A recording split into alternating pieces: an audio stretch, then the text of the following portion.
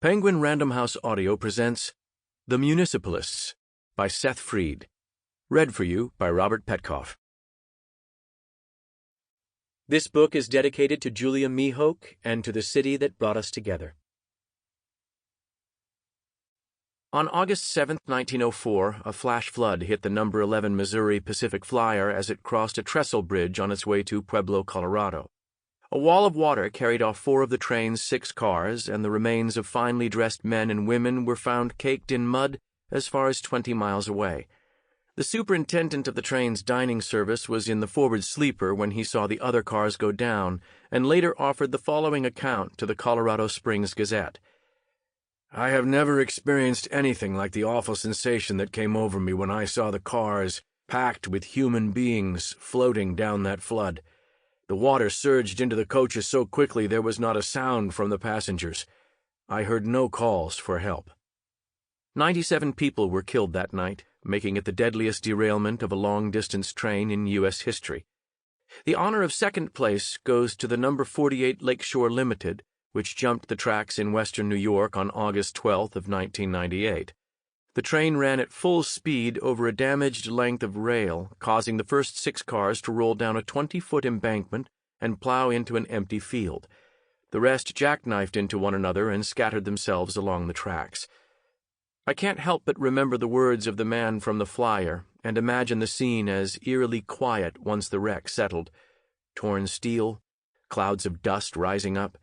Maybe at the edge of the field above the cottonwoods, a flock of birds that had been startled from their branches by the sudden disaster were already beginning to circle back down to rest. 80 passengers died that day, securing the Limited its second-place rank. If my parents hadn't been on board, it would have only come in third. I mention it because when a 10-year-old boy loses his parents, it makes him see things differently. So much of his world vanishes so quickly that he may be surprised to notice afterward that there are still telephone poles and traffic lights. The roads don't peel themselves back in horror. The familiar buildings are all still standing. For instance, Becker's independent grocery, where he once walked alongside his mother. In his memory, there's the horsefly hum of fluorescent lights and his sneakers squeaking on the scuffed acrylic of butter-colored floors. The air is close with the round, earthy smell of produce and fresh bread. He remembers it well, but when he passes Becker's on a gray day while sitting in the back of his foster parents' dented minivan, the place seems to have forgotten him. The flat, glass storefront stares straight ahead without so much as a glimmer of recognition. Encounters of this sort at first feel like deepenings of the same loss, as if, bit by bit, the world was denying that the life he lost was ever real. If the boy is lucky, when the pain becomes too much, he will begin to see through this childish perception all the way to the truth. Then he will know what I know. The stubborn and impersonal resilience of the built world is, in fact, a force for good. When the Lakeshore Limited derailed, it was rushing through the idyllic countryside of western New York. Any of my colleagues will tell you that victims of trauma in rural areas are far more likely to die before they reach the hospital than their urban counterparts. To see why this is the case, one doesn't need to subscribe to the Journal of Demography and Healthcare, though I do and can confirm it is an excellent publication. Rural healthcare administrators are dealing with a low number of calls spread out over large distances, and so are forced to reduce the quality of EMS care to achieve an acceptable cost per call. Keeping that in mind, it becomes clear that roads and buildings are not the villains here. The closer trauma victims are to population centers and dense infrastructure, the more likely it is that their lives will be saved. It's understandable why some people might still choose to strike out for the country, fleeing the frustrations that can result from so much proximity with other people. The choice can even seem obvious.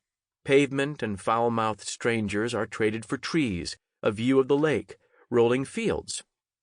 But the fact of the matter is that the farther you get from the infuriating crowds that might offend your sense of solitude, the more your risk increases. This is a notion you're free to scoff at until the day that I hope never comes for you finally does. A severed finger in your beautiful kitchen. A drunk driver swerving the wrong way down a dark country road. And believe me when I tell you that traumatic injury is the least of it. City dwellers have a lower risk of death from heart disease, cancer, stroke, drug overdose, and suicide. They enjoy more employment opportunities, transportation options, and cultural amenities. Contrary to popular perceptions, urban areas are also better for the environment than lower-density sprawl, and their school systems tend to produce better outcomes. That is the power of cities, the economy of agglomeration. In the course of my profession, the important work I do, I fly to municipalities all over the country in the hopes that they can benefit from my expertise. When I look out the plane's window on a clear day, I can see both the cities and the sticks. Urban landscapes surrounded for miles and miles by a broad patchwork of empty fields. Never is it easier to see these two ways of life as physical realities in conflict with one another. The desire to come together and the desire to escape one another. Density and dispersal. It's a war we fight with our own lives every day, and as long as I can remember, there's never been any question about what side I was on. 1. In Suitland, Maryland, just outside D.C., there is a large gray building that is home to the United States Municipal Survey. The main building boasts over 2 million square feet of assignable space. It houses research laboratories and data centers where our technicians utilize fleets of aerial drones to monitor most U.S. cities in real time. In our traffic department, serious men and women use VR rigs to investigate congested roadways, while down the hall the folks in weather are busy running hurricane-force winds over manhole covers to determine at what point they get sucked up and turn lethal, cast-iron frisbees whistling with a thud into the reinforced glass. Nearby, there's also the compound containing our supercomputer, Owen, which ingests data from over 200 satellites. Our headquarters is by all accounts an impressive facility, though my small office on the 5th floor is a bit more modest in scope. There's just enough room for a desk, 2 chairs, and a narrow bookshelf of binders. I find it cozy, but the lack of space can occasionally exacerbate an awkward situation, like when Agent Marcuzzi stomped in that morning, taking a seat across from me without a word. I had asked him to stop by for a friendly meeting, but his attitude was so immediately hostile that at 7 o'clock a.m. I was already forced to wonder what sort of day it would be. He hunched forward in his seat, causing the shoulders of his blazer to bunch. His hands were folded in his lap, and he was knocking his thumbs together like he was waiting for a bus he didn't want to get on. He glanced at the model locomotive on my desk, and I hoped for a moment he might smile. Next to my nameplate, I had placed a 1/64th scale model of an 8-axle C8 Manley and Rexler. I had a reputation at the agency for being somewhat joyless, and so I'd brought the model from home to liven up my workspace. It was from a series of collectibles called Trains of Yore, which depicted classic locomotives in scrupulous detail. They were generally marketed toward the elderly, but I was 32 and owned over 2 dozen of them. I liked the look of that handsome little locomotive on my desk, and the C8 never had an accident while in use. So there was also an inspirational element. Yet when Marcuzzi saw it, he grimaced. "I'm sure you know why I asked you to come." "No," Marcuzzi said. "I have no idea." This surprised me. "Fort Collins," I continued. "You reported 4.73% added efficiencies." He nodded. "The group's goal," I said, "was 5% per target municipality." "I know what the goal was." "Then you know that 4.73% is unacceptable." Marcuzzi let his mouth hang open as if he couldn't believe what he'd just heard.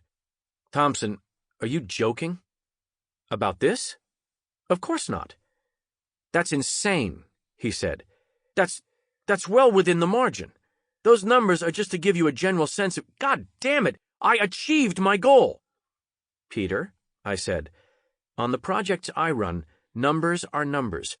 I asked you here so we could talk this through and get your efficiencies up." "A third of a percentage point? What do you want me to do? Head out to the wind farms and blow?" "So you agree," I said, "that making up the difference wouldn't be hard to do." I had been trying to insert some humor into the conversation, but Marcuzzi must have read my smile the wrong way. "Honestly, Henry, go fuck yourself." He almost knocked over his chair as he left the room. Sample complete. Ready to continue?